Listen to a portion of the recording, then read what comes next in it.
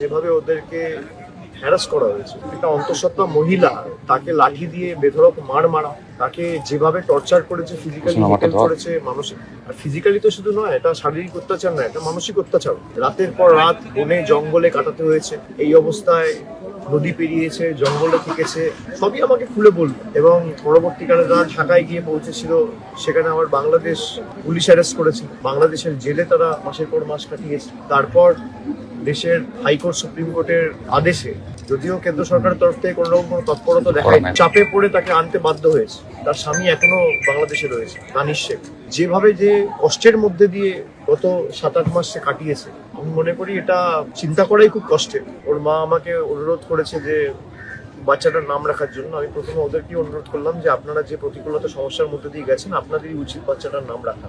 এবং তারপরেও তারা আমাকে রিকোয়েস্ট করে, আমি বাচ্চাটার নাম রেখেছি আপন। তার কারণ যেভাবে পর করে বাংলাদেশে ঠেলে দিয়েছে, এটা সকলেই আমাদের আপন, তাই বাচ্চাটার নাম রাখা হয়েছে আপন।